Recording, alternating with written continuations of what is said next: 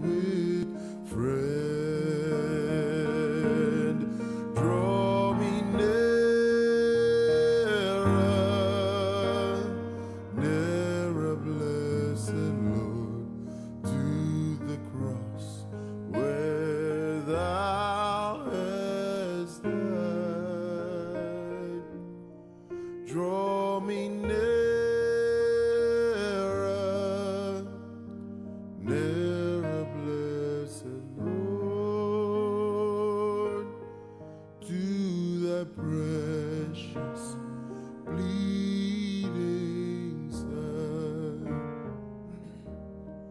There are depths of love that I cannot know till I cross the narrow sea. There are heights of joy that I may not reach till I rest in peace with thee. Draw me nearer, nearer, blessed Lord, to the cross where thou hast died. Draw me nearer, nearer, blessed Lord, to thy precious bleeding side.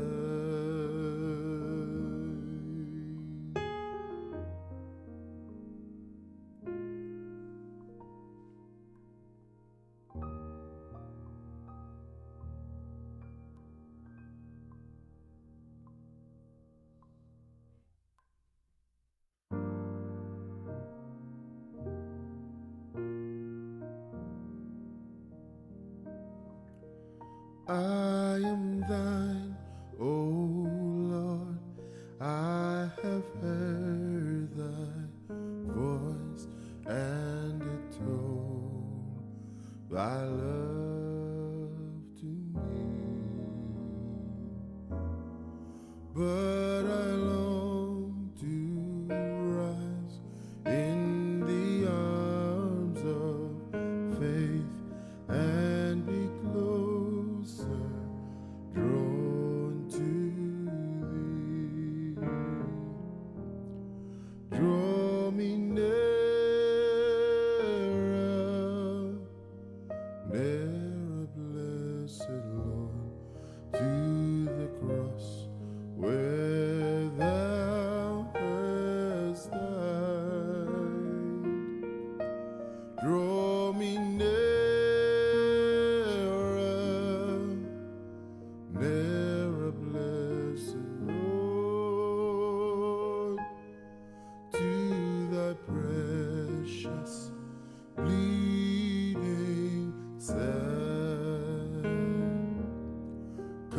Consecrate me now to thy service, Lord, by the power of grace divine.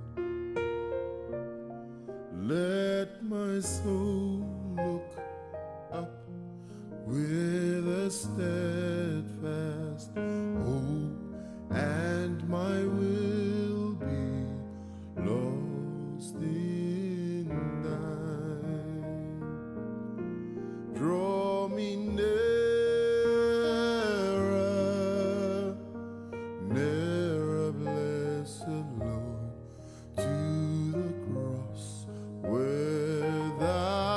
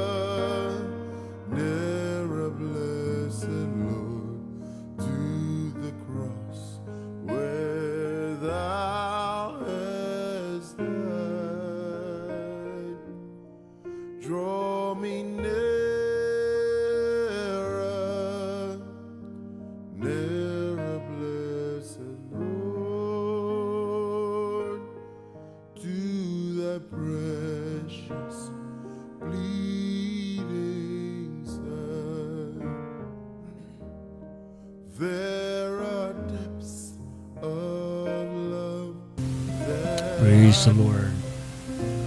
Hallelujah. Amen. Shalom sa ating lahat. Sa mapagpalang gabi, ang aming pong pagbati sa inyong lahat. Papasalamat muli tayo kay Lord sa pribileyo na tayo pong lahat ay muling magsama-sama sa gabing ito sa kanyang gawain. Amen. Praise God. Kung meron po tayong mga prayer requests, ay pwede po natin itong isulat. Mag-comment lang po tayo. Mag-message lang po tayo para ito po may pag-pray po natin mamaya, mga kapatid. So we thank the Lord today. The Bible says, God, hallelujah, is so good to us. His mercy endureth forever. He is the one who supplies our needs. Amen. And He is faithful to the end.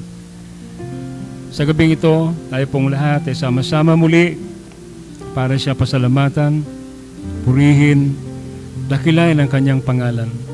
For His word is to be praised. Praise God. Let's come before Him tonight. Bago po tayo magsimula, tayo muna manalangin sa ating Panginoon. Praise God. Pangunahan tayo ni Brother Mac sa prayer sa gabi ito. Hallelujah.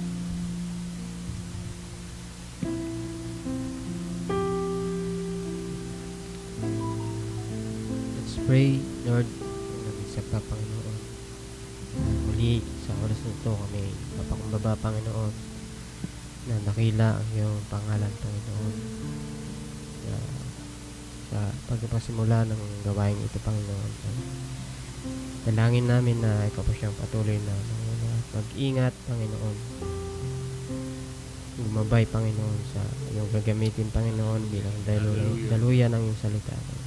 Sa patuloy matagpo, minsan pa muli ng aming mga pangangailangang spiritual, Panginoon. Siyang aming kalakasan, Panginoon. At nilip po namin, Panginoon,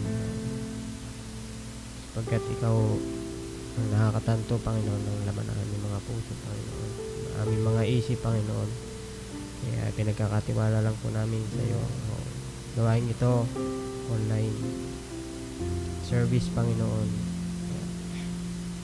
Gayon din sa mga awitan, Panginoon. Hallelujah. At pagpuri, Panginoon, sa iyo. Ama, binabalik po namin na siya patuloy na muli na hanggang sa matapos ang gawain ito, Panginoon. Binabalik po namin ang walang hanggang sa pagpurit na salamat sa pangalan mo na aming Panginoon, si Jesus. Amen. Hallelujah. Amen. Let's just worship the Lord.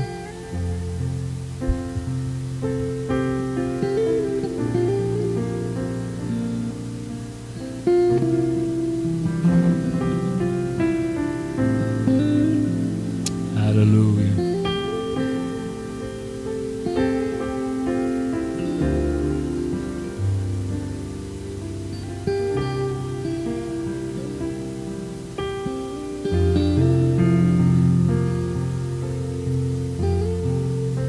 And hallowed be thy name,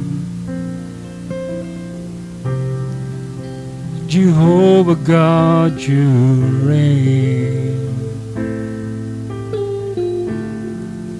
and you will never change, oh Lord, forever you're the same. Sing it with me. Hallowed be thy name, Jehovah God, you reign, and you will never change, oh Lord, forever you're the same.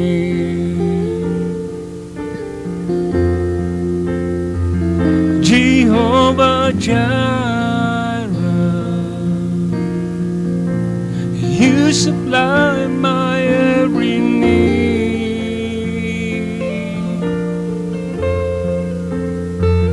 Jehovah Rapha, perfect health you gave to me, and hallowed be thy name.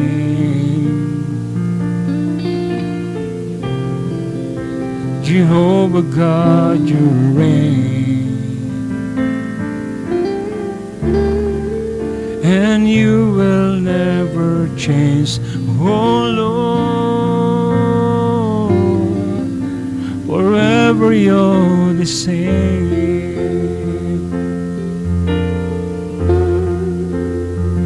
Jehovah Shalom, you're the one who gives me peace.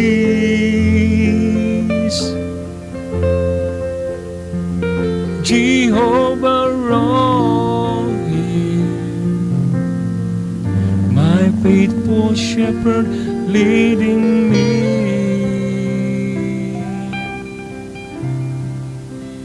Hallowed be thy name.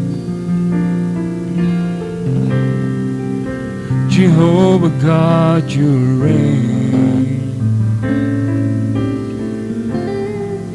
and you will never change, oh Lord, forever you're the same.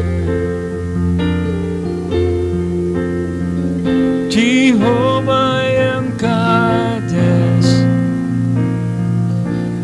you're the one who makes me clean.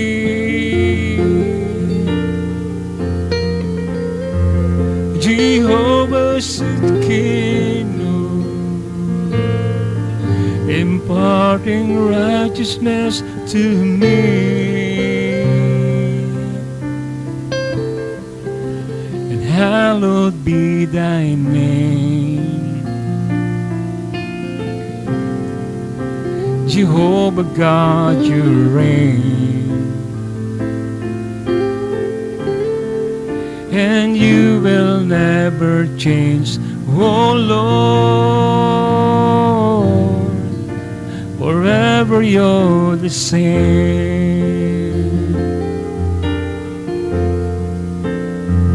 Jehovah Nissi, Lord, you reign in victory.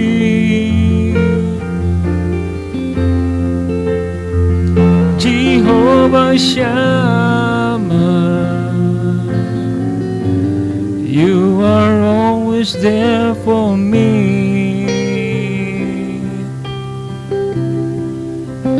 Hallowed be thy name.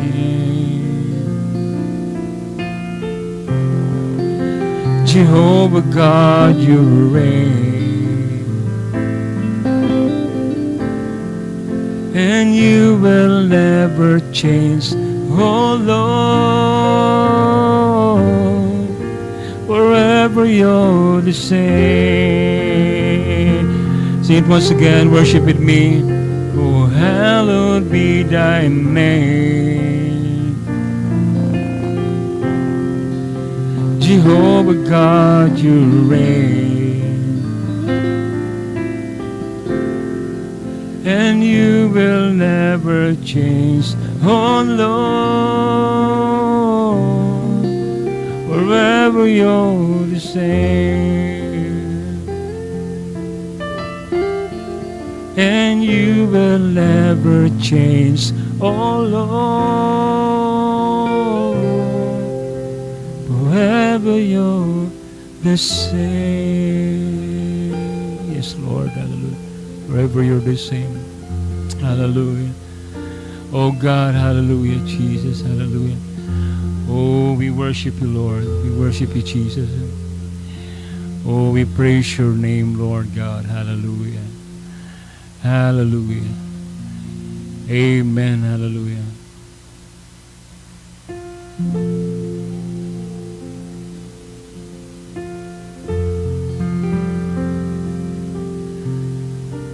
What a wonderful God you are, Lord. Hallelujah. You did not wait for me to draw near to you, but you clothed yourself with frail humanity. You did not wait for me to cry out to you, but you let me hear your voice calling me, and I'm forever grateful to you.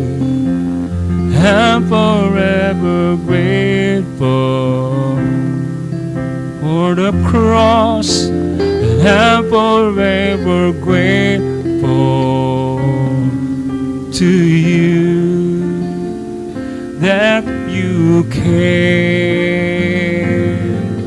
to seek and save the lost.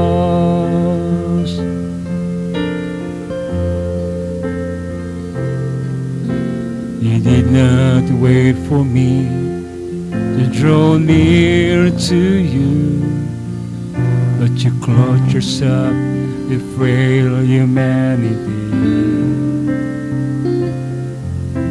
You did not wait for me to cry out to you, but you let you hear your voice calling me, and I'm forever grateful to you, and I'm forever grateful for the cross, and I'm forever grateful to you that you came to seek and save the lost, and I'm forever grateful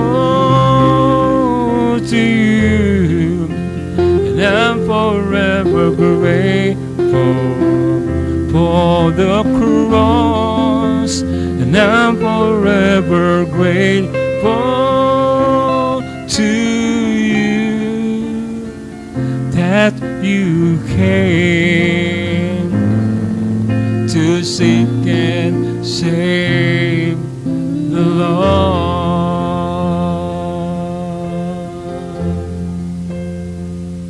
that you came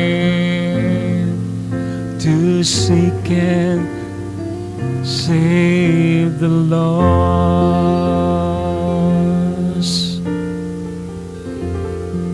Hallelujah.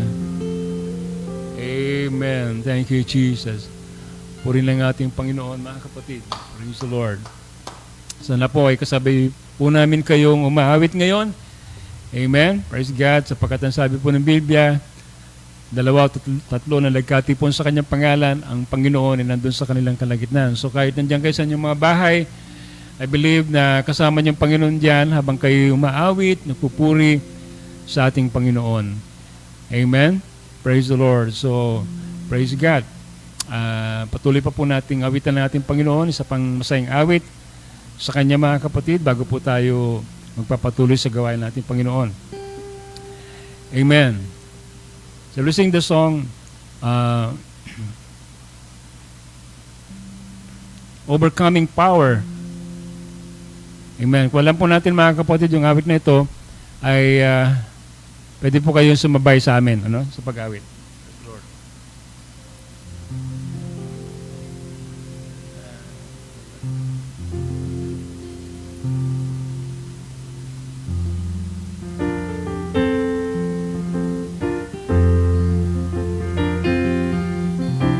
The message came in these last days to prepare a bride to walk with Him and talk with Him in His Word abide.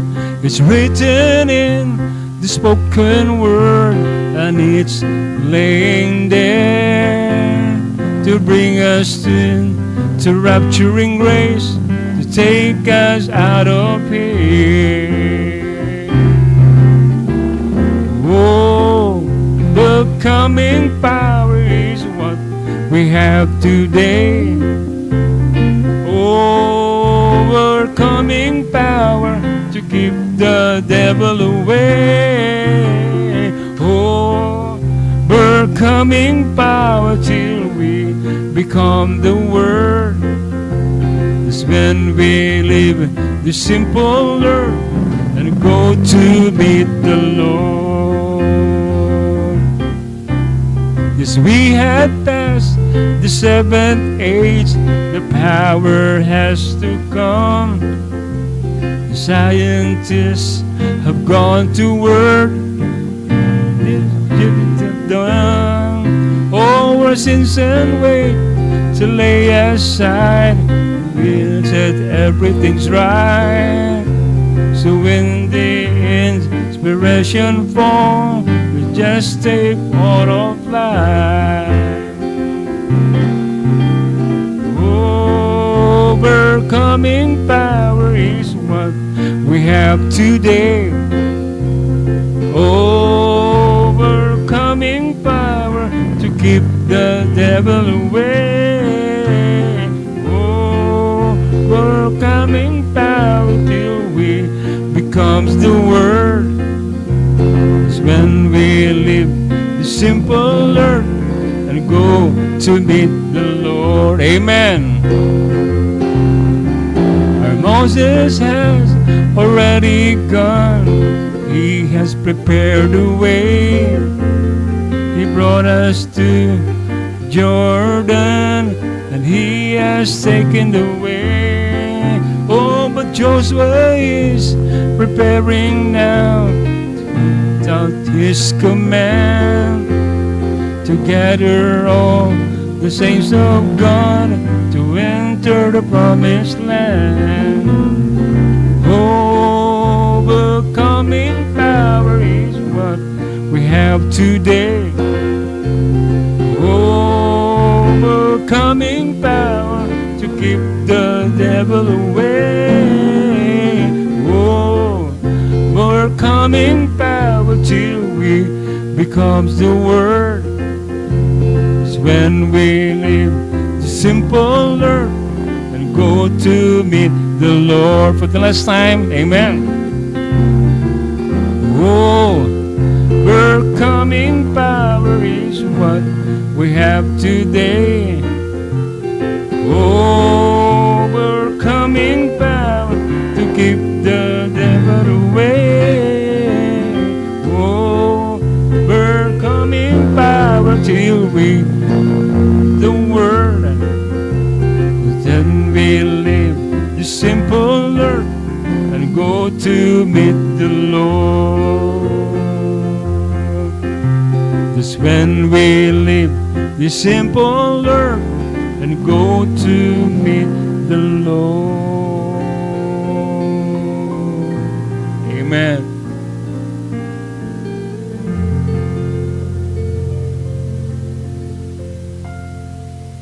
Praise the Lord. Amen. Amen. God bless you.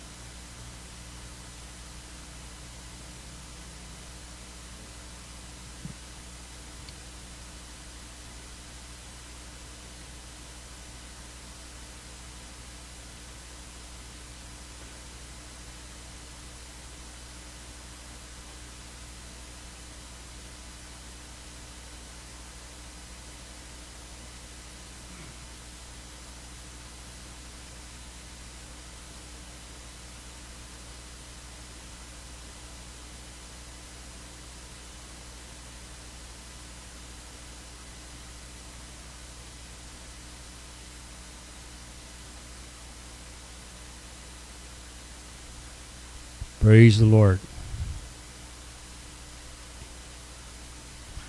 Okay, so tayo po muli ay mag-aaral ng salita ng ating Panginoon sa gabing ito.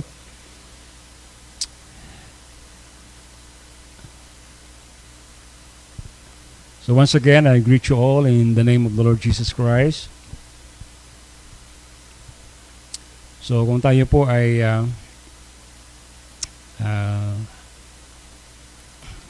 nakikinig ng salita ng Panginoon ngayon, I praise the Lord. I would like to ask your undivided attention.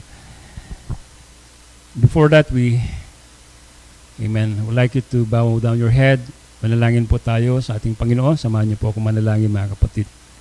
Our gracious Heavenly Father, Lord, we praise you tonight. We thank you once again, Lord, for your bountiful grace and mercy. Indeed, Lord, you are so good to us. Oh God, your faithfulness to us, Lord, is always available, even though sometimes, Panginoon, kami po ay maraming pagkukulang sa iyo. And yet, Lord, kayo po ay nariyan, Panginoon. Patuloy po kayo na nag-extend ng iyong biyaya sa amin, Panginoon. At sa gabing ito, Lord, muli po kami lumalapit sa inyo. Dalangin namin muli, Lord God, ang iyong patnubay sa bahaging ito ng aming pong gawain ngayong gabi. I pray that you open our heart and our minds, Lord. Ang salita mo nawa, Panginoon, ay malayang makakilos sa bawat isa. Sa lahat ng mga nakikinig ngayong gabi, Panginoon, dalayan ko na ano man ang pangailangan nila, oh God, you know their needs. I pray, God, na kayo po ang siyang mag-provide ng lahat ng pangailangan ng bawat isa ngayong gabi. Pangunahan niyo po ang iyong malit na lingkod muli at kayo po ang siyang mangusap, kayo magsalita sa pamamagitan, Lord, ng iyong mga salita. Pagpalaan niyo po ang mga salita niyo, Lord, na amin pong babasahin at kayo po ang siyang magputol-putol po ng tinapay ng buhay para po sa pagkain po ng amin pong mga kaluluwa. Salamat, Panginoon. We give you all back, all the glory and praise. In your name, we ask all these things. In the name of the Lord Jesus Christ. Amen. And amen. Praise the Lord.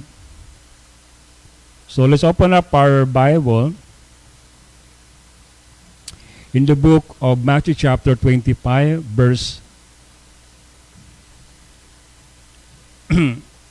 verse 5 hanggang sa may verse 8.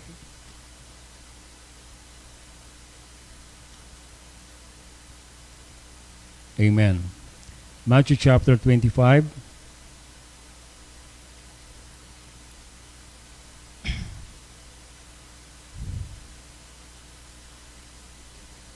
The Bible says, Matthew chapter 24, verse 5 hanggang sa may verse 8.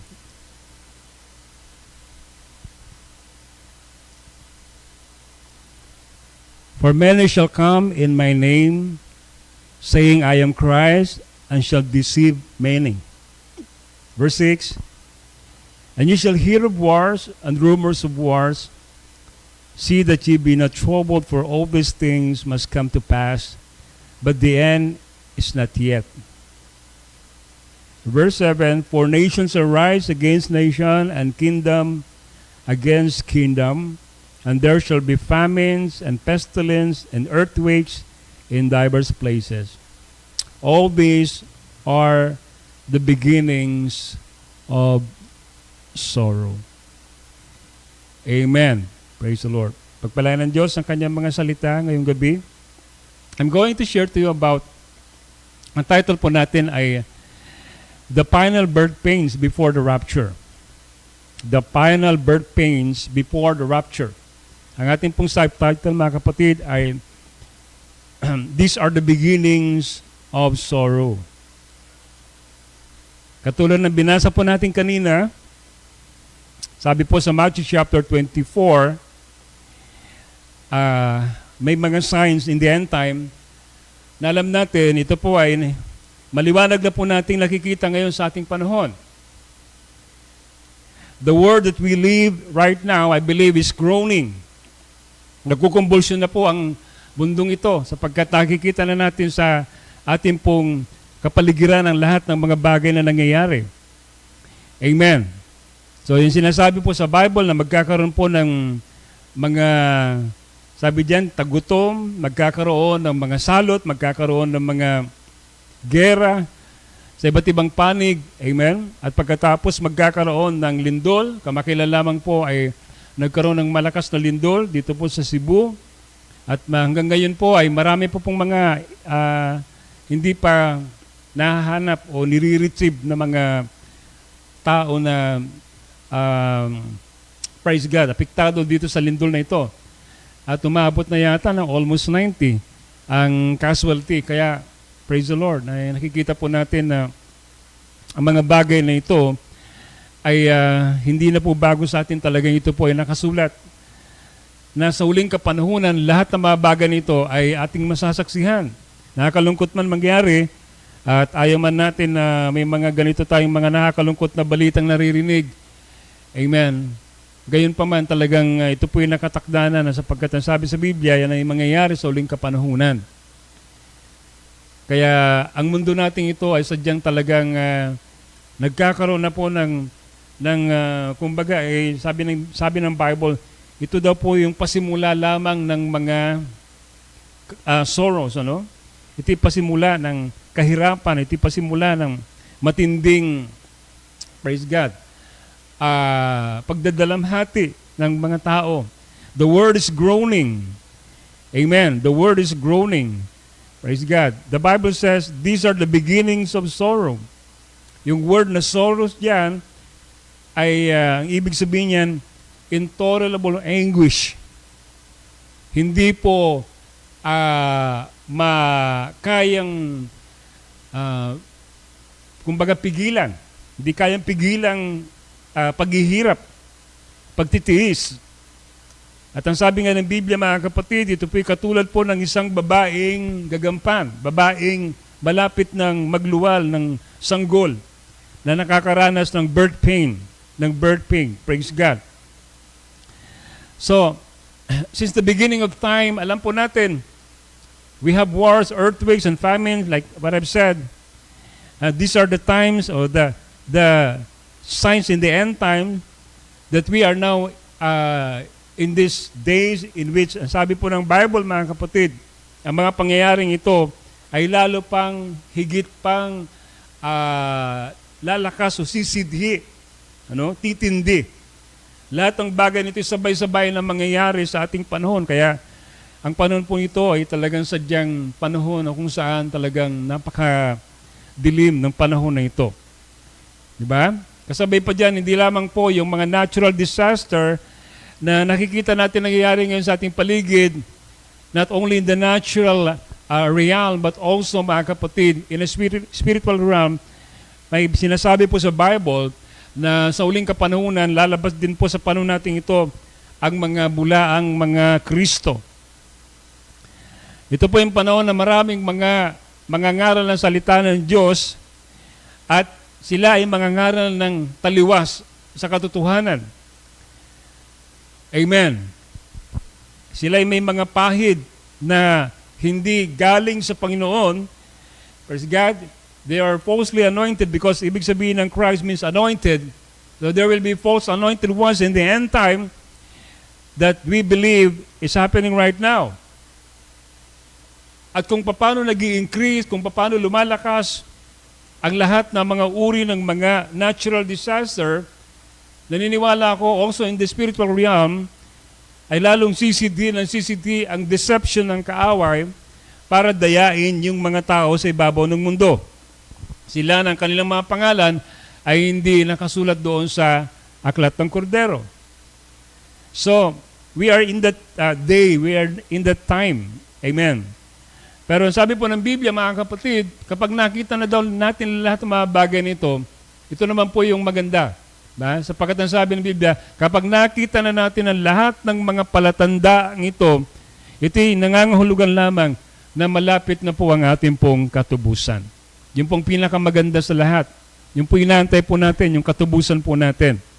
So, wala na pong panahon, nandito na tayo sa huling kapanahunan, kaya dapat po nating bantayan ang panahon po natin ito.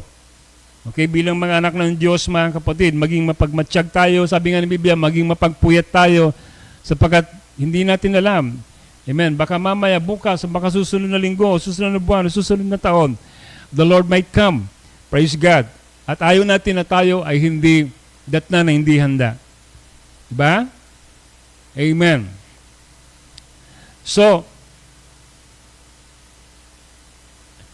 tayo yung panahon that we have a witness all these things. Praise God. At we have seen history coming to pass, like yung mga lumipas na mga digmaan sa panahon nito, yung First and Second World War, na hindi lamang po ito isang gera o labanan or disputes sa magkapit-bahay lang na bansa. Di ba? But these were global struggles, global na, kumbaga war. Sabi rito, many nations will fight each other. Sapagkat ito pa yung sinasabi ng Biblia, hindi lamang po, mga kapatid, nation against nation, kingdoms against kingdom, but sabi doon, we will hear rumors of wars. So, ito po ay magiging, kumbaga, mas yung scale ng conflict ng mga labanan na ito, it will be world war. Kaya nga, sabi ng Bible, mga kapatid, praise God, ito ay magsisilbing hilab sa mundong ito para ang mundo na ito ay bumigay dahil po sa mga ganitong klase mga pangyayari. So salamat sa Panginoon. Dahil alam natin mga kapatid, hindi naman po tayo kabilang dito sa lahat ng mga maghihirap dito sa ibabaw ng mundo. We believe that before all these things will come to pass, we will be taken out here. Amen. We will be changed. The Bible says we will be changed in a moment, in a twinkling of an eye. Amen. God will go into change this body from mortal to immortality. Yun lang po ang tanging pag-asa natin. Yun lang po yung ating pong escape. Di ba? Yung tayo po ay mapasama sa pag-aagaw. Amen. Now, in connection to this, meron po akong gustong emphasize, praise God, with regards to the the final, amen, birth pain na mararanasan po ng ating ng lupang ito, ng mundo na ito, bago po siya tuluyan na pong bumigay. Now, alam po natin na in the Bible mentions about twins. Okay, now listen. Di ba? Gusto kong i-focus natin ang ating attention ngayon doon sa principle in which, mga kapatid, the prophet said, in every revival, it produces twins. Di ba? I would like to quote what the prophet said.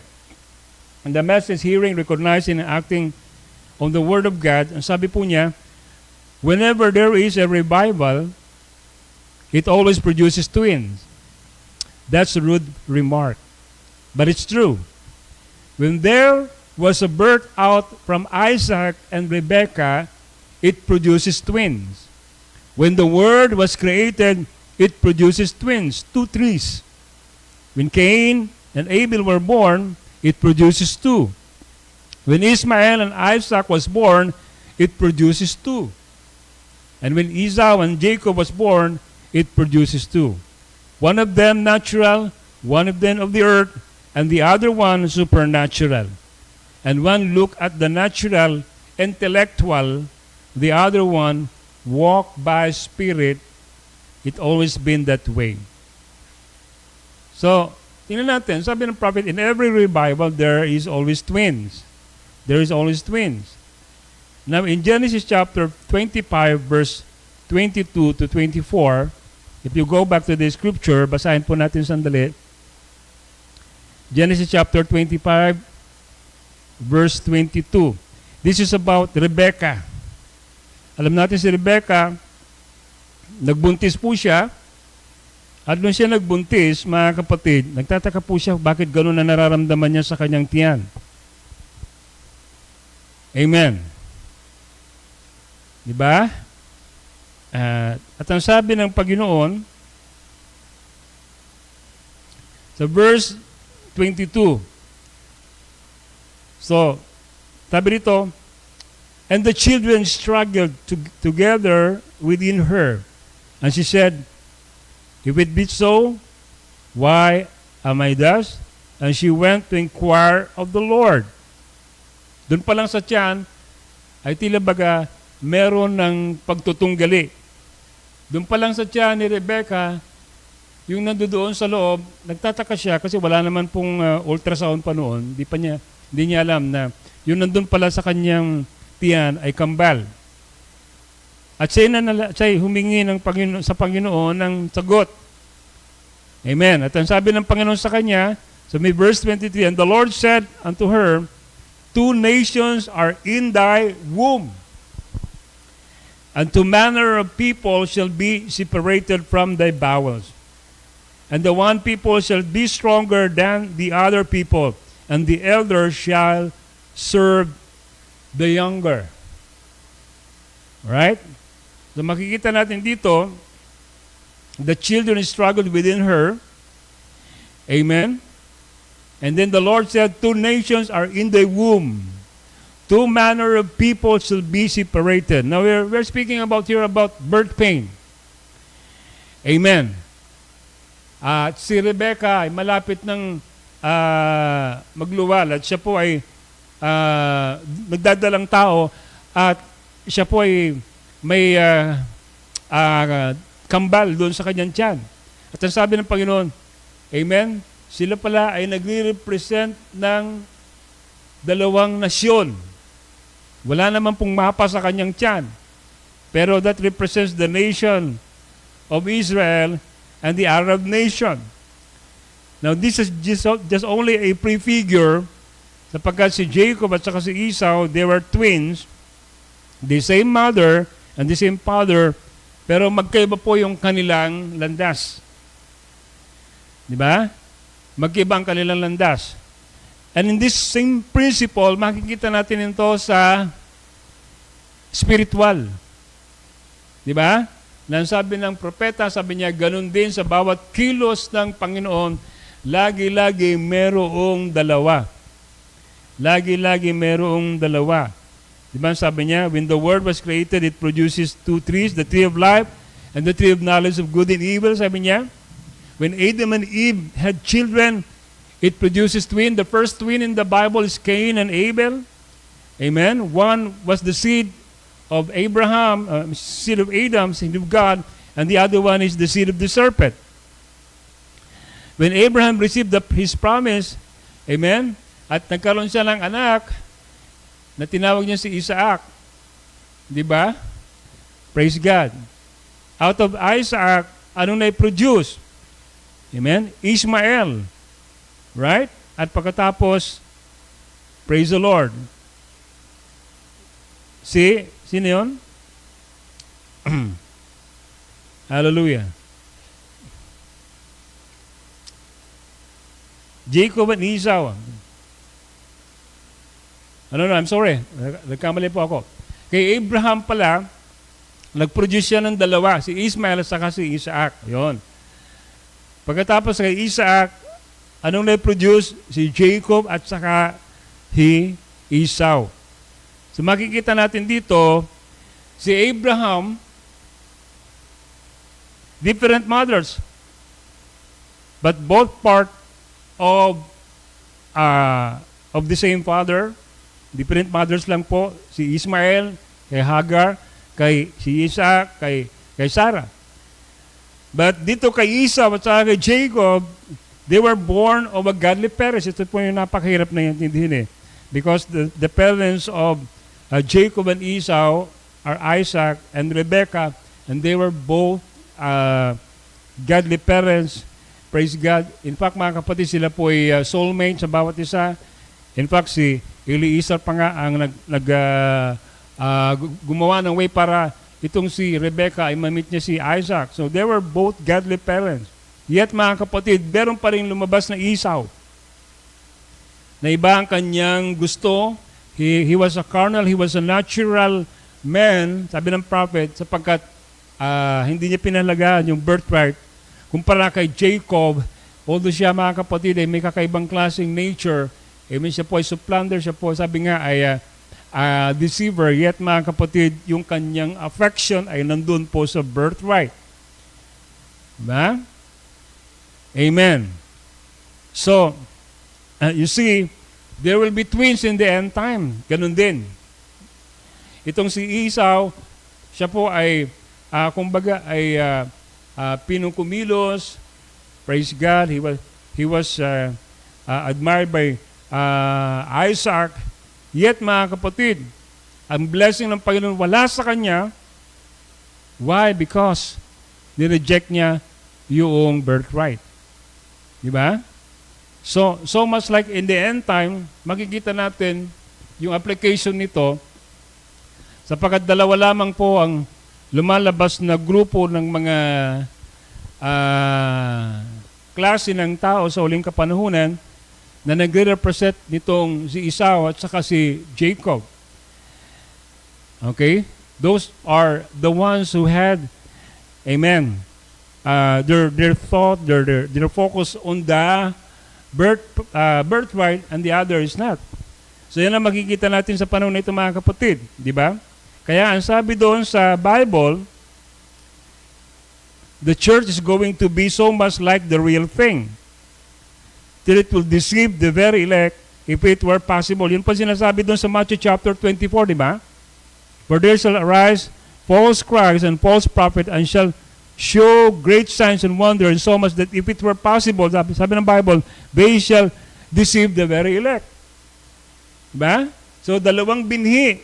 Sabi ng Biblia sa Matthew chapter 13 na ipinula doon sa field. Right? Matthew chapter 13 verse 24 and 13. Ang sabi ng Biblia, pagkatapos sa ilang sandali, praise God, nagtanim ang Panginoon ng mabuting binhi, pero nung natulog, sabi doon, sila ay dumating ang kaaway, nagpunla din siya ng kanyang binhi. Amen. At nung kinabukasan, nakita, dalawang usbong ang lumabas. At ang sabi ng Biblia, mga kapatid, sabi ng mga alipin, Lord, saan galing itong panirang damo na ito? At ang sabi mga kapatid ng mga alipin, bunutin namin Panginoon. Pero ang sabi ng Panginoon, huwag niyo silang bunutin. Let them both grow together until the harvest time. For in the harvest time, doon makikita kung sino talaga ang hindi totoong trigo. So we believe that we are now in the end time, we are now in the harvest time. Praise God. At patuloy na sabay na tumutubo itong dalawang klaseng binhi na ito. Pero sa panahon ito, isa lamang po ang magpuproduce ng tamang bunga at yan ay wala iba kundi yung mga trigo. Yung mga panirang damo, hindi magbubunga yan. Hindi sila magpuproduce ng tamang pananampalataya. Amen. At sila ay tatapon doon. Saan? Doon mga kapatid, sa apoy. Diba? Amen. Matutuyo sila, pagkatapos sila ilalagay doon, titipunin sila for the burning. Pero tayong mga trigo ng Panginoon, tayo titipunin ng Panginoon para dalhin po tayo doon sa bangan. Purihin ng Diyos. So, in the same way, there will be revival. Twins. Amen. Praise God. Sa ating panahon na ito mga kapatid, at merong mga tinatawag nating counterfeit church who are very similar to the true bride.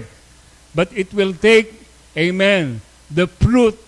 It will take the manifestation to tell the difference between the church and the bride or this denomination. So, tayo pinabubuhay ngayon sa panahon ng birth pain. We are now in the final birth pain. So, makikita natin kung paano si Rebecca naghihirap siya na iluwal itong dalawang bata na ito. Diba? Pero yung dalawang bata na ito pala, pagdating ng panahon, silang dalawa ay mag-aaway, silang dalawa ay magkakaroon ng struggle, magkakaroon ng conflict, magkakaroon ng battle itong dalawang binhi na ito. And so it's happening right now in a natural way.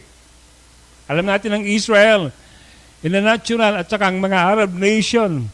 You see, lahat ng mga Muslim ay galit na galit sa Israel. Kasi yan ang sinasabi ng Bible eh. Ayaw nilang magpakumbaba, ayaw nilang i-recognize ang Israel. Samantalang, ang sabi ng Biblia, na yung panganay ay maglilingkod sa bunso. You see, alam natin pinagpala ng Diyos ang bansang Israel. At sino man ang magpapala sa kanila ay pagpapalayan ng Diyos. At kung sino man ang susumpa sa kanila ay susumpain ng ating Panginoon. Diba? So, dito nagsimula lahat ng conflict.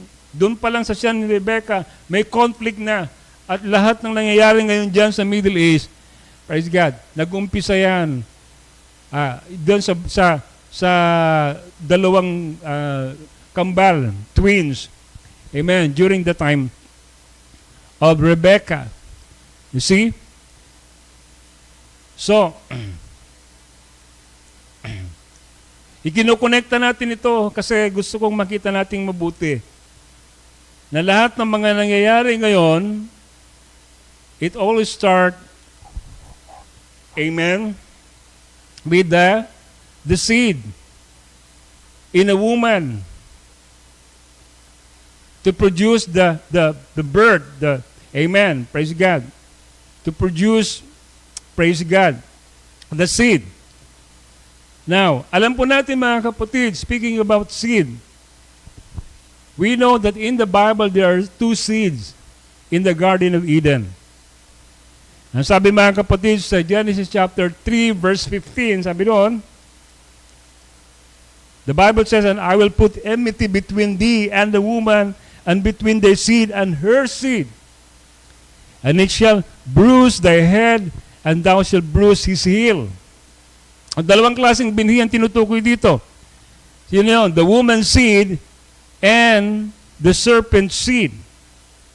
Diba? Dito po yung pinaka-foundation natin para maunawa natin mabuti kung bakit nagkaroon tayo ngayon ng conflict. Because we know that these two seeds represent, amen, the two kingdoms. Hallelujah. That ever since they are at war, at rage at each other. What's that? The kingdom of God and the kingdom of Satan. The kingdom of light and the kingdom of darkness. Alam natin yung two seeds na ito, the seed of the woman is Christ, and the seed of the devil, the serpent seed. So we see, ito po ay prophecy sa Bible tungkol sa ating Panginoon na kung saan the Lord will go into crush Satan's head at Calvary. Diba? Amen. At ang sabi sa Biblia mga kapatid, and he shall bruise his heel, right? Because this is just only what? His temporary bruising of the heel was his suffering at death. Bagamat mga kapatid, ang Panginoon ay namatay, pero hindi naman po siya totally namatay, kundi pagkatapos mga kapatid, nitong kanyang kamatayan, ay nakamit niya ang ultimate victory. He was resurrected from the dead, and he crushed the power of the enemy. Kaya nga sabi ni Pablo, O death, where is thy sting? O grave, where is thy victory?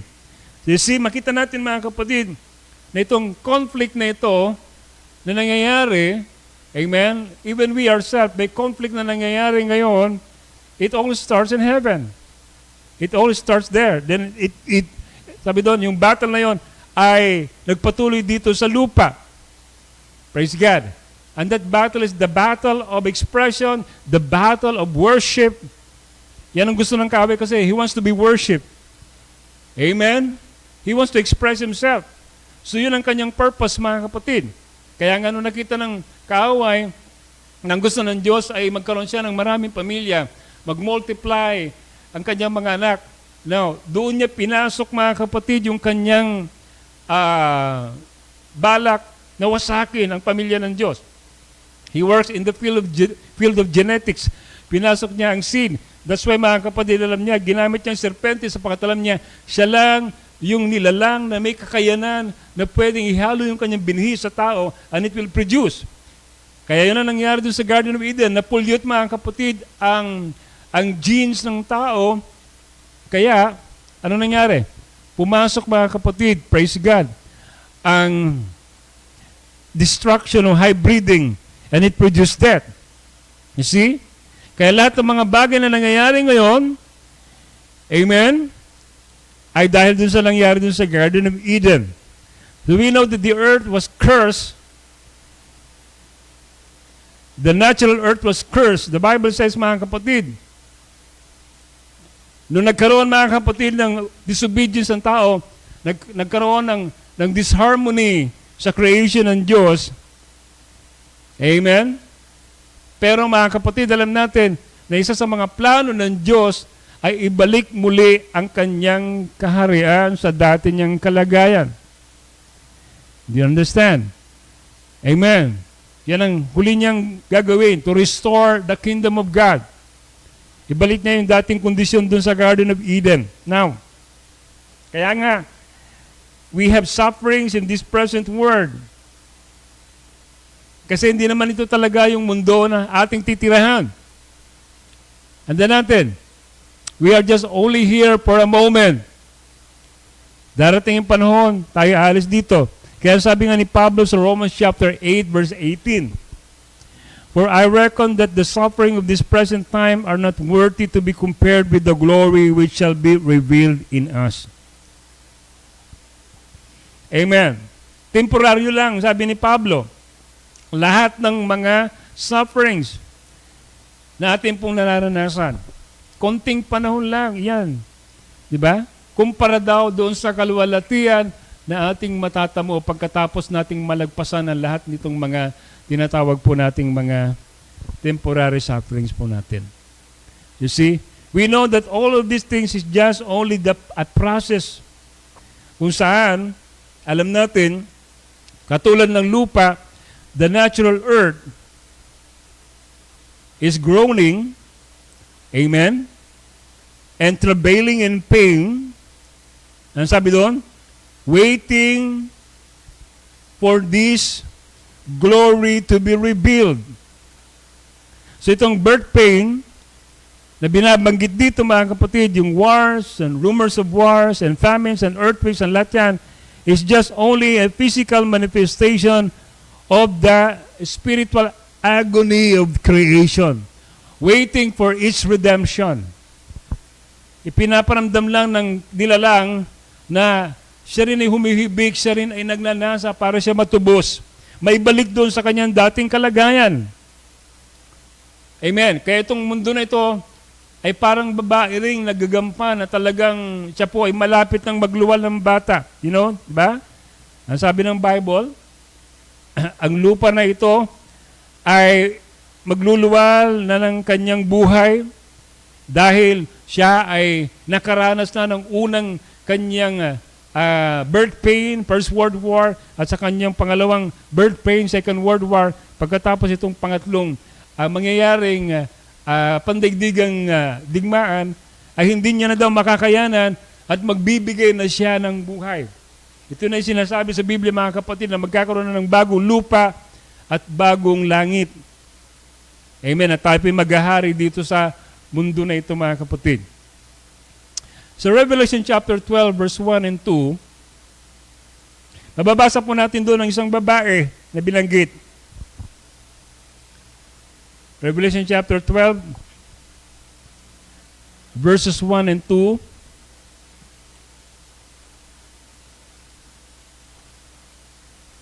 Amen.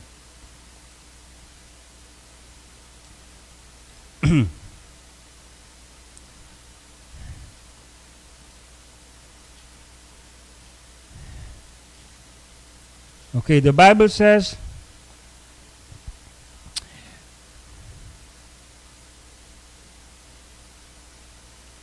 "And there was given me," oh no, ito, yeah, verse 12, chapter 12, verse 1. "And there appeared a great wonder in heaven, a woman clothed with the sun, and the moon under her feet, and upon her head a crown of 12 stars. And she being with a child, travailing in birth, and pain to be delivered." Tingnan natin ang binabanggit ditong dinescribe na babae. Praise God. A woman clothed with the sun, and the moon under her feet. And the Bible says, she is being what? Ready to deliver a child. And she's travailing in birth and pain to be delivered. Kumbaga, kabuanan na niya. Hindi po ito isang buntis na babae, amen, na isang buwan pa lang, o 2 buwan, o 3 buwan, kabuanan niya na, malapit na siyang manganak. Alam natin in the Bible, praise God, woman represents a church. Woman represents a bride. So I believe that this is a church of God, true church of God, the bride of Jesus Christ. And the Bible says, the moon under her feet, it represents, amen, na ang moon ay law. Ibig sabihin nito, yung old dispensation, yung law dispensation, ay nilagpasan niya na.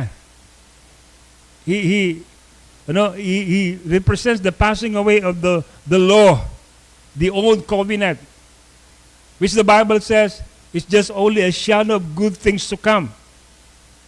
And the sun at her head represents the light and the power of the dispensation of grace. Ibig sabihin, mga kapatid, makikita natin na siya nasa biyaya na. Amen. Yung law, 7 church ages. Di ba? Pero yung sun, amen, is another age. Hallelujah. Praise God. And the Bible says the child she is being delivering is no other than the Word, the Lord Himself. Di ba? Yung salita na kanyang pinagbubuntis, si Kristo mismo, yan ang kanyang iluluwal, that man-child. So you see, alam natin mga kapatid that the church has been in birth pain since the beginning. Magmula nung ang Panginoon ay kanyang binuksan ang lahat ng mga hiwaga at patuloy niyang nirestore ang kanyang mga salita na natakpan doon sa panahon ng karimlan, ng kadiliman, 1,000 years of dark ages. Alam natin na nangyari doon. But under Luther, she had birth pain. At ano nangyari? Mula kay Luther ay isinilang ang maraming mga mananampalataya.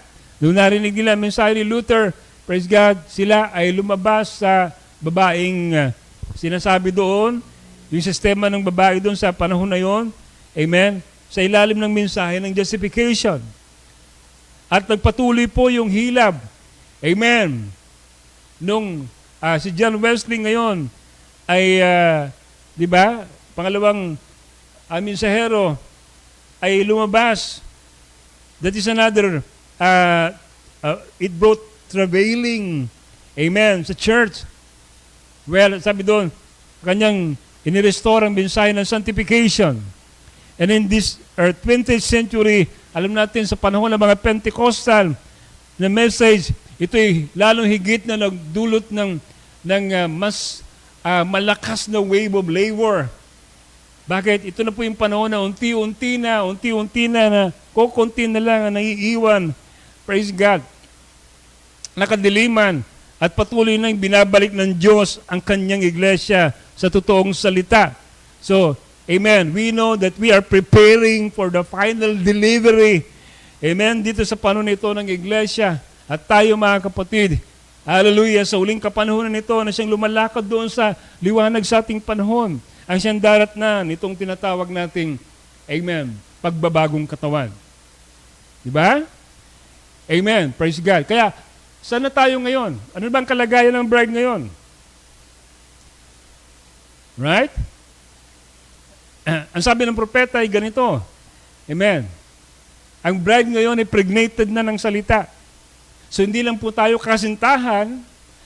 Amen. Tayo na po ay pregnated ng salita. 'Di ba? Hindi lang tayo babaeng sinasabing nobya. Well, don't misunderstood me. Okay lang kung sabihin yung bride. Amen. Praise God. Dahil alam naman natin yung bride na yan, patungo din naman yan sa pagiging isang babaeng, sabi doon, magluluwal ng bata. At yan ang kalagayan ng church, di ba? Amen. Tinawag tayo, sabi doon, na wife. Diba? Because we are pregnated by the Word of God. You see? Now, kailan nangyari yon? Alam natin yan ang pinaka-climax ng kalagayan ng bride ngayon. We understood that in the Bible, in Revelation chapter 10, verse 1, amen, hanggang 7, Makikita natin doon kung paano nangyari ang bagay na ito. Kung saan, mga kapatid, ang Diyos sa panahon na ito, sabi doon ay bumaba, at ano ang kanyang daladala? Daladala niya ang isang maliit na aklat na bukas, which is no other than the seventh seal, the plan of redemption. Amen. At yan ang magbibigay sa atin ng rapturing faith. Sapagkat nandyan sa loob nitong 7 tatak na ito, ang hiwaga ng 7 kulog. At ang 7 kulog na ito, mga kapatid, ang magbibigay sa atin ng rapturing faith. Siya ang magbibigay ng awakening. That is the true revival. Hindi Pentecostal revival. Wala na po tayo sa Pentecostal revival. Pentecostalism is dead. Hindi ko alam kung bakit may mga message churches pa rin, amen, na masyado pa rin in-emphasize ang sensation. Masyado pa rin in-emphasize ang masyadong emosyon. Di ba? Amen. Asigawan. Amen. Praise God. Nandyan yung, you see, nanginginig. Parang Pentecostal. Hindi tayo ganoon, mga kapatid. We are, amen, we are beyond that. No? Hindi na tayo nag-enjoy sa mga bagay na yan dahil pinanggalingan na natin yan, mga kapatid. Di ba? Amen. Praise the Lord. Anong revival natin? Ang revival, ang bride's revival is no other than, amen, the opening of the Word. It is not emotional revival. It is not charismatic revival. It is not either healing revival. Ang revival natin, mga kapatid, praise God, ay sa pamamagitan ng pagbubukas ng liwanag ng salita. Amen. May unfolding ng salita ng Diyos sa ating kalagitnaan. Doon nagre-revival ang bride. Sa Word. Hindi emotional revival. Di ba? Amen. Ang sabi doon, ang 7 thunders, sila magbibigay ng rapturing faith sa bride. At saan naroon yun? Nandoon sa 7 tatak. Right? Particular in the 7th seal. Praise God. Ngayon, sabi ng Biblia, mga kapatid, alam natin, if you go back to Genesis chapter 24, the Bible says that Eliezer was there in Matthew chapter 24, but the death of Eliezer is a figure of the death of the messenger sa panahon natin ito. Amen? Alam natin yun. Kaya nga, mga kapatid, doon sa Bible, when the time where the bride is having a final revival that will produce the twins, once again, the true elect being separated from the false. Di ba? Amen. Yan ang mangyayari. Because we know our husband, we know Christ. We honored Him. And there will be a final travailing. You see? At kahit dito sa mensahe na ito, mga kapatid, makikita mo yung twins dito sa loob ng mensahe. Hindi na natin sinasabi, kinukonsider na ka-twins natin ang mga denomination. No. Ang ka-twins natin ay nandito din sa mensahe. Because kung ang opening of the seals will give us revival, amen. So anong pinuproduce nun? Twins dito sa ating panahon. If the 7th thunder will give us a revival, anong klaseng revival ito sa loob na mensahe ang ipoproduce? Dalawa pa rin. Di ba?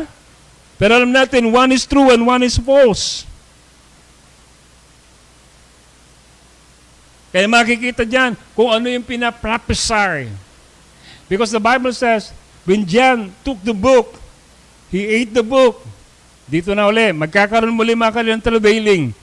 Because after eating the book, sabi ng Biblia, John, amen, his belly become bitter. Di ba? Hallelujah. Katulad ni Rebecca. Doon sa kanyang tiyan, ay merong conflict, may labanan. So whenever, mga kapatid, we stand for the truth, whenever, mga kapatid, we walk in the light at nakita natin yung tamang dividing of the message of the hour, sino magiging persecutor natin? Di ba? Yung malapit din sa atin. Amen. Yung kaparehas din natin kung minsan din natin namamalayan sila pala mga kapatid. Praise God. Ang magpe-persecute. Like in Matthew chapter 24, you know the evil servant to the good servant. O, di ba? Amen. Dahil hindi niya maintindihan yung seventh seal, ang sabi niya, sinasabi niyo, ganito, ganyan. Di ba? Dahil hindi niya maintindihan, ano ang kanyang revelation? The Lord delayed His coming. Pero alam mga kapatid, nung good servant, because he's feeding the right food in due season, alam niya kung kailan darating, kung ano yung coming of the Lord. He knows when, where, what is the coming of the Lord. Pero itong evil servant, hindi niya alam. That's why, sabi doon, he smite the good servant. Di ba? Amen.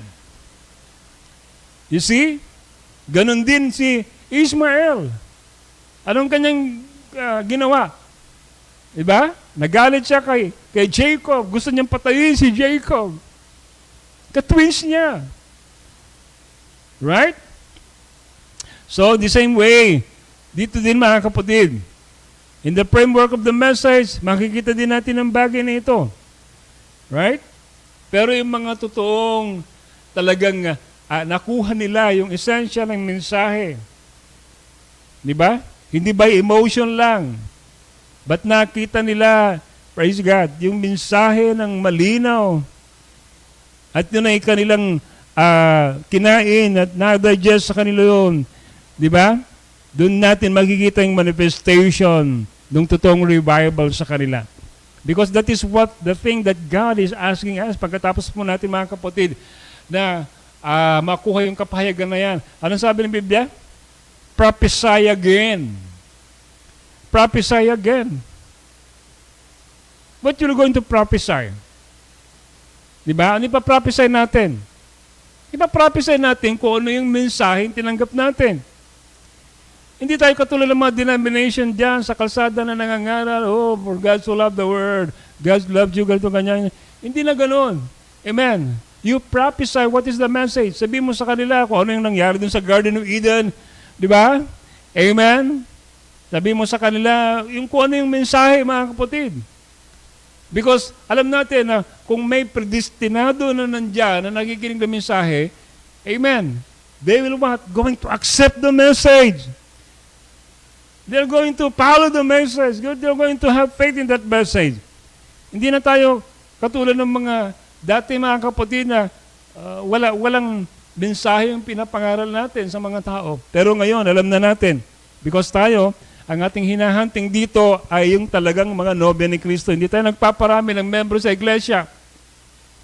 At dinadala lang natin sila sa sensation sa loob ng simbahan natin. Kung ano ng mga gimmick, kung ano ng mga programa ginagawa ng tao ngayon para lang ma-maintain nila ang crowd sa kanilang kalagitnaan. Pero naniniwala ako na may mga totoong fivefold ministry that will going to preach. Amen. Praise God kung ano sinasabi ng mensahe sa panahon na ito. Yung purong mensahe sa panahon nito. You see, they will go beyond the crowd, beyond, praise God, formality, kumbaga, popularity, as you say. Amen. Kasi iba gusto lang nilang maging popular. But they could not directly preach what the message is.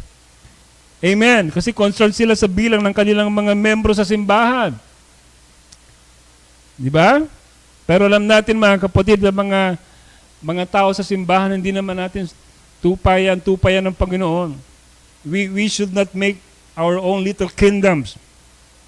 Kinakailangan ipangaral lang natin ang salita ng Diyos, dadalhin natin sila, amen, gagamitin ng Diyos ang fivefold ministry para damitan sila, amen, para madala sila doon, saan? Hallelujah, sa pag-aagaw. Na? Praise the Lord.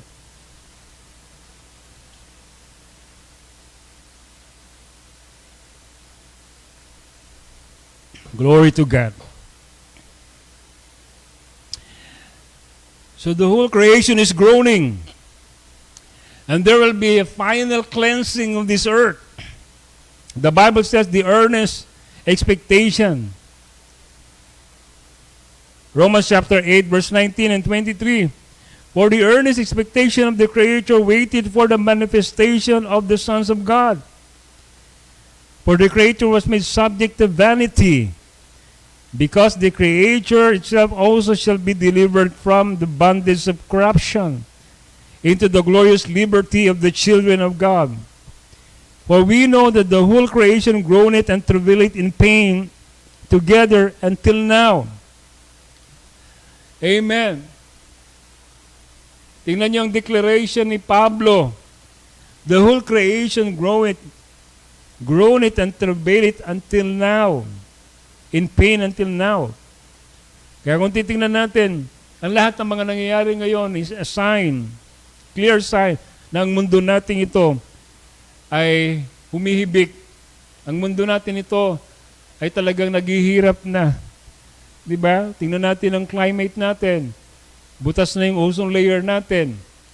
You see? Kung titingnan natin ang mundo na ito, nandiyan na yung malalakas na bagyo, malalakas na lindol. Amen. Sa iba't ibang sulok, dito baha, doon mga kapatid, tagtuyod. Ano nangyayari sa mundo? Amen. The whole world is groaning. This earth is groaning. At ang sabi ng Biblia, mga kapatid, ang sabi ng Biblia, what is there waiting for? Anong inaantay nila? The Bible says, the manifestations of the sons of God. The manifestations of the Son of God. Ang lupa na ito, kinakailangan ma-redeem. Ang lupa na ito, mga kapatid, ay directly nakakonekta saan? Sa atin. So kung tayo, mga kapatid, amen, ay napagtagumpayan na natin, dumaan na tayo sa proseso, katulad ng mundo na ito, kung saan ang mundo na ito ay dumadaan din sa proseso. Amen. Para ang lupa na ito ang mundo na ito ay maging bagong lupa, bagong, magkaroon ng, new earth and new heaven. Kung saan, mga kapatid, bababa dito, mga kapatid, yung langit na sinasabi doon, the New Jerusalem. Pero bagong mangyayari yan, anong mangyayari dito sa lupa na ito? Kinakailangan muna ng lupa na ito ay malinis ng lubusan. Dumaan siya sa proseso ng purification niya. Ganon din na natural, ganon din sa spiritual, ganon din sa atin. O, di ba? Amen. Parallel po yan, mga kapatid. Sapagkat sa atin din, tayo dumaan sa proseso ng kapanganakan. Ano yung proseso na yun? Justification, sanctification, and baptism of the Holy Spirit. And then papasok po tayo doon sa, amen, adoption. And what is adoption? Amen, placing of a son. What is adoption? Ibabalik ng Diyos lahat ng mga bagay na nawala sa atin, katulad ng mga bagay na dating taglay ni Adan doon sa Garden of Eden as a minor God. Di ba yung sabi ng propeta? He was a minor God, and the power to speak is in the promise of God. Nagsasalita siya doon sa Garden of Eden, at lahat ng bagay ay nangyayari. At yun yung bagay na binabalik ng Diyos sa atin. And by the grace of God, alam natin, nakikita na natin, unti-unti na yun ngayon sa atin, nare-realize natin, nare-reveal sa atin kung sino tayo. At yung kapangyarihan na yun, hallelujah, ay unti-unti na nating nare-regain. Unti-unti na tayo nagkakaroon, mga kapatid, ng realization na wala na yung ating spiritual amnesia at nai-inline na tayo dun sa supposed to be dapat dati nating, amen, posisyon at kalagayan. Yan ang purpose ng salita ng Diyos. Every Sunday, kaya po kayo nakikinig ng mga ganitong mga mensahe kasi gusto ng Diyos na ma-realize nyo kung ano yung dating mga bagay, amen, na dati ninyong taglay. At may balik kayo doon sa dati ninyong kalagayan. Diba? Amen. So, the redemption of the earth is tied directly to the final adoption and manifestation of the bride. When the bride is fully revealed, when we receive the redemption of our body as Christ promised, then the earth itself will be delivered from the bondage of corruption. The glorious liberty of the children of God will usher in the glorious liberty of the creation. Diba? Alam natin, sabi ng prophet sa quote niya na birth pain, sabi dito, the First World War showed great birth pain. It showed one of the first birth pains on her going into labor. Because of that time for her, he had brought forth the bombs, and we have the machine guns and poison gas. And remember, maybe many of you cannot. I was just a little boy of about 8 years old. But I remember them speaking of this mustard of chlorine gas and so forth. Amen. So yun po yung mga kapatid, yung tinatawag nating atomic bomb. Amen. Ano sabi ng prophet? Yung First World War, nagkaroon siya ng first birth pain. Tuloy natin. And we find out now, we had a Second World War. And her pain was much greater. It's more terrific all the time. And the birth pain of the earth, she almost had to give way during the time of the atomic bomb because it will destroy a whole city. It was much greater than the pain of the First World War of destruction of the earth. Amen. Halos bumigay na daw siya, sabi dito. Amen. Now, ang sabi niya sa huling paragraph, now, she knows that her time of deliverance is at hand. And that's the reason she's so nervous, frustrated as she is, because that there is a hydrogen bomb and missiles of the air that could destroy the whole world. One nation is scared of the other, no matter how little it is. They got those missiles that they claim will just one of them. They can direct them by the stars and drop anywhere in the world they want to. Oh my. Alam natin mga kapatid, ito na yung total annihilation ng lupa through nuclear holocaust. Yung sinasabi ng Book of Peter, because of fervent heat. Saan kaya tayo tatakbo? Anong klaseng bomb shield ang ating pong pwedeng gamitin? Saan tayo magtatago sa panahon nito? Diba? Wala na. Wala po tayong lugar na pwedeng taguan mga kapatid. And the only place that we could run and take cover is in the wings of the eagle, wings of God. Yan lang ang paraan mga kapatid. Wala nang iba. Diba? Hindi ka makakatago kahit pumunta ka sa ilalim ng lupa. Yung mga biological weapon na ito, papasukin ka rin doon kasi maamoy mo yung lason. Saan ka pupunta? There's no way of escape. The only way of escape, amen, is in God. Diba? Siya ang ating bomb shelter. Amen. The only way of escape is the rapture. Kaya mga kapatid, konting tiis na lang, sabi nga ng Biblia, huwag mo ipagpalit yung pananampalataya mo sa anumang bagay. Bakit? Kasi mga kapatid, wala pong paraan para makalagpas ka, kundi mga kapatid, yung ating pong relasyon sa Kanya na maayos. Mahirap maiwan dito sa lupa. Ayaw natin. Hindi ko alam kung matitis natin ang hirap. Pero dito pa lang, alam natin, unti-unti na pinapararas ng Diyos kung anong mangyayari mamaya because these are just the beginning of sorrows. The Bible says. Ibig sabihin, meron pa talagang great tribulation na mararanasan ng mundo na ito na hindi kailanman naranasan daw, sabi ng Biblia, ng sanlibutan.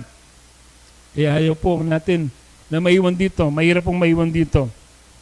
See?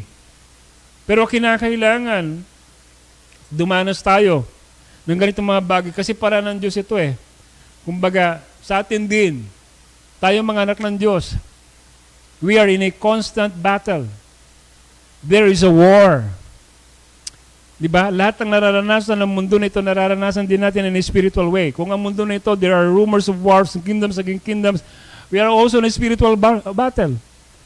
There are also spiritual conflict na kung saan tayo ay nagkikipaglaban. Demon spirit ang ating kalaban. 200 million demons spirit ang kalaban natin na nandito sa libutan na ito. Amen? In a spiritual realm, doon po tayo nagkikipaglaban. Di ba? Anong ginagawa nitong mga demonyo na ito? They are what? Okay, planting plagues and famine. Kaya yan ang ginagawa na pinipeste nila ang church, pinipeste nila mga kapatid ang, di ba, ang mga iglesia. Kaya nagkakaroon ng mga spiritual plague sa iglesia, spiritual famine sa salita ng Diyos. Di ba? Ganun din. Amen. Praise God. Ano nangyayari dito sa iglesia? Di ba? Inaatake ng kaaway, iniyuyugyong ng kaaway, di ba? Sinishake ng kaaway ang iglesia. Because the Bible says, mga kapatid, God will going to shake anything in His Word. It will experience shaking. Kaya sabi doon, sila lang na nakatayo, sila lang na ang kanilang pananampalataya ay, amen, nasa pundasyon ng kapahigan ng salita ng Diyos, hindi po sila kailanman babagsak. Hindi sila kailanman, mga kapatid, guguho. They will stand. Why? Because they stand on a sure foundation. They stand on a solid rock, and that is the rock of revelation ng salita ng Panginoon. Amen. I'm closing with this. Alam natin that there will be a final redemption of this earth. Ang nakikita natin dito is just only a drama na kung saan piniplay ng ating Panginoon magmula nun nandun sa kanyang kaisipan. Makikita natin kung paano, mga kapatid, lahat ng bagay na ito na nangyayari. It's about the plan of redemption. It's about a groom, amen, hallelujah, that will going to take a bride. A groom that will be united with the bride. Kaya nga dun sa message ng prophet na the future home of the, di ba, heavenly bridegroom and the earthly bride, makikita natin doon kung paano ang lupa na ito ay magkakaroon ng, amen, union with his spiritual body. Kaya sabi doon, yung earth, even the earth has its own anong tamang terminology? Di ba? Ang lupa na ito kasi hindi mawawasak. Pero ang lupa na ito ay babaguhin at magkakaroon siya ng, amen, bagong kalagayan. Tatawagin itong bagong lupa. Why? Because, mga kapatid, ganoon din, itong lupa na ito, itong katawan na ito, ay, amen, babaguhin ng Panginoon. Lahat ng sistema na itinayo ng kaaway dito sa buhay natin, sa katawan natin, ay tatanggalin ng Diyos, and there will be a kingdom that will going to be established. That's why ang kingdom ng Panginoon sana nandito sa atin, di ba? The Bible says, thy kingdom come, thy will be done in earth, in this body. Right? Amen. Dito na itinayo ng Diyos ang kanyang kaharian sa atin. Kung saan siya ang headstone, amen, at tayo na kanyang katawan ay nagkaisa. So ganoon din po ang earth na ito, mga kapatid. Bababa ang New Jerusalem. At maghahari ang Panginoon dito. At ang lupa na ito ay magiging bagong lupa. Babaguhin ng Panginoon ang lahat ng sistema ng sanlibutan nito. At maghahari ang kapayapaan dito sa lupa na ito. Amen. And that is just a foretaste of the real oneness and union, amen, of Christ, the bridegroom, and the bride, the spiritual, amen, bride ng ating Panginoon. You see? Purihin ng Diyos, mga kapatid. Now, I just want to read a quote from the Message Future Home. Siguro,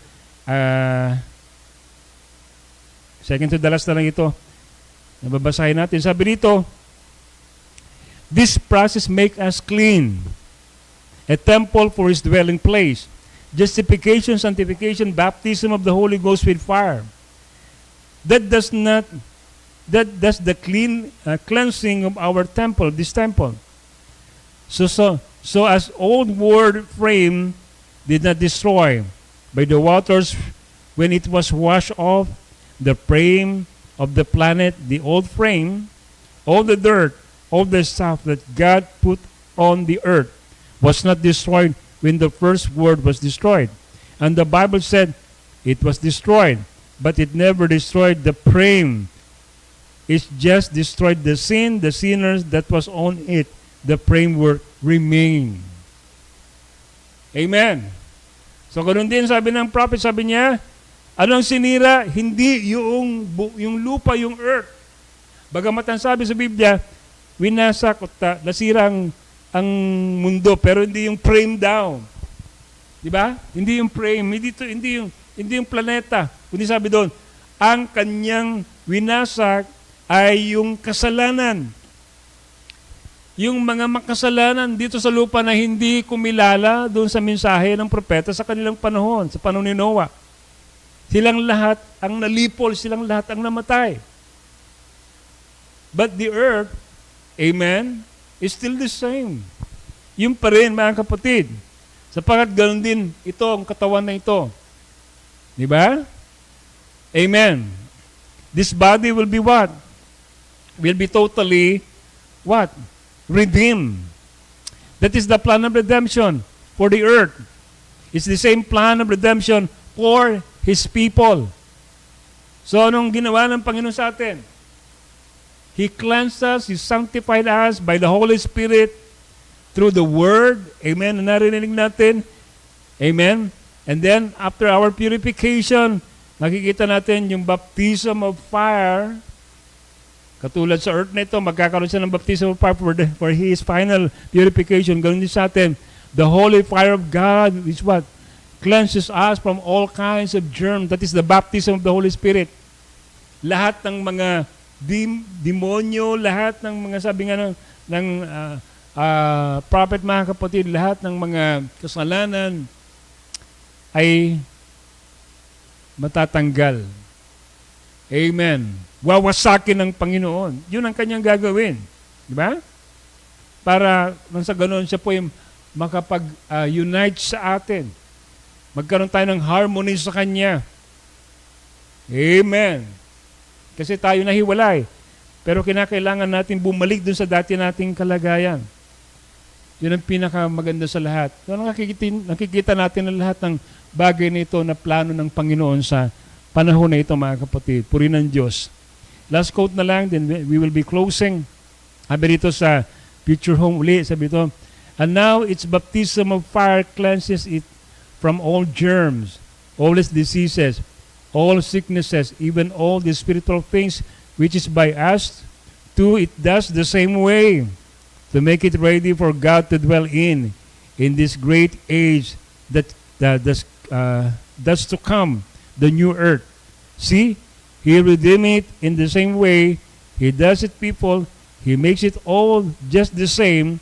His plan of redemption. For He is the unchangeable God, always the same in His plan. So lahat ng bagay na ito, mga kapatid, nandoon sa dakilang plano niya, dakilang programa na gusto niya, mga kapatid, na mangyari. Diba? That was in the back parts of God's mind. So lahat ng bagay nito, amen, ay nandun sa plan of redemption niya.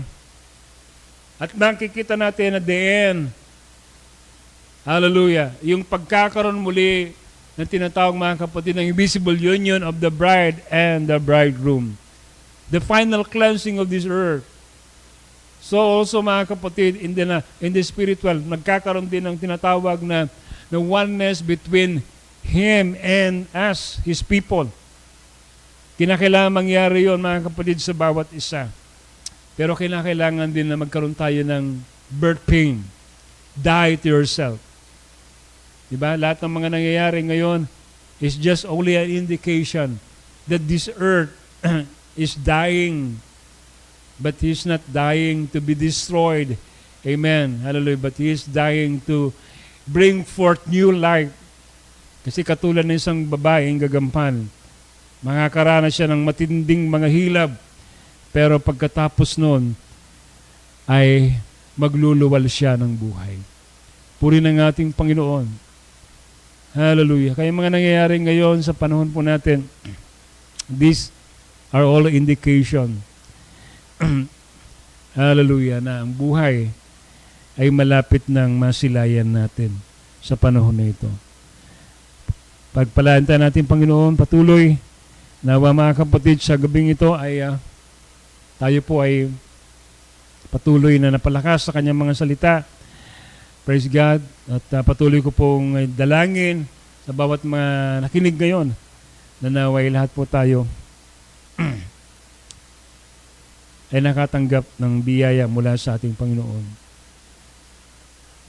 Magsasara tayo sa panalangin at meron ba tayong mga prayer requests? Okay, panalangin natin patuloy ang anak ni Sister DG. Siya po ay nasa hospital dahil siya po ay may dengue. We will just commit him, si Benjo, sa pangalan ng Panginoon sa gabi ito. At lahat po ng may mga pinagdadaan ng karamdaman ngayong gabi, gusto kong i-include kayo sa panalangin na ito at sumampalataya po tayo sa ating Panginoon. Wala po imposible sa Kanya. Ang Diyos ang siyang magpapagaling sa lahat na po ng ating pong mga karamdaman. Manalangin tayo. Oh, hallelujah. Pinupuri ka namin, Ama. Napakabuti mo sa amin. Salamat, Panginoon. Dahil tunay nga ng iyong mga salita ay gabay sa aming daraanan. Ikaw, Lord, ang siyang patuloy na nagbubukas, Lord, ng aming pangunawa upang, Lord, hindi kami madatnan, Lord, na hindi kami handa. Hindi na ito panahon para kami ay lumakad sa kadiliman. Lord, sumilay na ang kaliwanagan sa panahon namin. This is not the age of ignorance, Lord. This is the age in which you have opened to us all your will, your plan, the mysteries that was in your mind before the foundation of the world. Oh, Father God, tulungan niyo po ang bawat isa. Nawa hindi po kami, Panginoon Lord, madaya. At Lord, sa panahon nito, we know na may mga darating na mga bulaang mga Kristo. They were falsely anointed para dayain, Panginoon, ang marami. Pero salamat, Panginoon, dahil sabi mo, Lord, hindi madadaya ang iyong mga pinili. Sa gabing ito, dinadalayan ko po ang bawat isa, Lord. Patuloy niyo, Lord God, na palakasin kami, patuloy niyo kaming patatagin, patuloy niyo kaming pahayagan ang iyong mga salita, upang sa ganun, Panginoon, hindi kami madaya ng anumang enticing spirit sa panahon na ito. Lord, ang totoong revival, Panginoon, ay nasa unfolding ng iyong mga salita. Hindi ng emosyon, hindi, Lord, ng sigawan, hindi ng lundagan, Panginoon, hindi ng kung anumang charismatic, Panginoon, na revival na nakikita namin sa panahon na ito. Lord, ang totoong revival ng iyong mga nobya ay lagi-lagi sa pagpubukas, Panginoon, ng iyong mga salita. Oh God, not in sensation, Lord. Hallelujah. But by your spoken word, but by your revealed word, God. Sa pamamagitan, Panginoon Diyos, ng mensahe sa uling kapanahunan. Father, I pray na lahat ng mga kapatid ko ngayong gabi na may mga pinagdadaan ng karamdaman, lahat kami, Panginoon Lord God, ano man ang mga karamdaman meron kami, o dalangin ko, Lord, ang iyong mapagpalat, Lord, hallelujah, makapangyarihang kamay, ay inyo pong igawad at inyong God, iabot sa bawat katawan ngayon na may mga karamdaman. Ikaw ang nagsabi, Panginoon, na sa pamamagitan ng iyong latay sa likod, lahat ng aming mga karamdaman, ano man ito, Panginoon Diyos, God, simple man ito o malubhang karamdaman, hallelujah, ipagagalingin mo. Lord, I pray, God, for Brother Benjo, Lord, ang batang ito, Panginoon Lord, o God, na kayo po, Panginoon Lord, ang patuloy na magbigay ng lakas sa kanya, palakasin niyo po siya, i-restore niyo ang kanyang health. O God, alam ko, Panginoon Lord, na ang kagalingan ay, Lord, ay natatanggap niya na, ngayon pa lang, Panginoon Lord, I pray ng kanyang mabilis na recovery sa kanyang pagkaka-hospital dahil sa dengue, Lord God, fever. I pray na kayo po siyang patuloy, Lord, na mag-ingat sa bata na ito, Lord God. I commit him right now. I commit his family right now, Lord, in the name of the Lord Jesus Christ. Oh God, thank you for the healing. At sa lahat din po ng aking mga kapatid ngayon na umaasam ng kanilang kagalingan, igawad mo sa kanilang kahilingan, Panginoon. In the name of the Lord Jesus Christ, receive your healing. I declare healing right now sa pangalan ng ating Panginoon si Kristo. Thank you, Lord God. Hallelujah for the healing. Thank you, Lord. Purihin ka.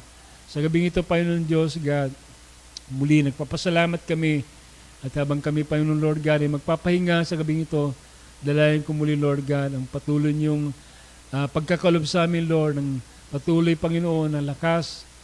Hallelujah. Patuloy, Panginoon Diyos, na kapahingahan sa aming pisikal na katawan, Panginoon. O God, at muling magamit ito, Lord, para po, Panginoon Diyos, O God, para sa iyo, sa paglilingkod namin sa iyo, sa mga pang-araw-araw naming mga gawain. Salamat, Panginoon, Lord God. We give you all the praise and glory tonight.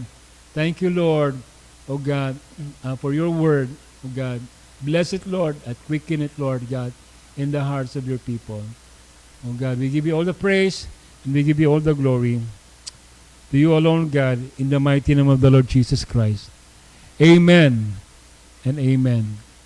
So God bless you tonight. Amen sa mga kapatiran dito sa Word Bride Ministry. Praise the Lord. Maga po tayo this coming Sunday.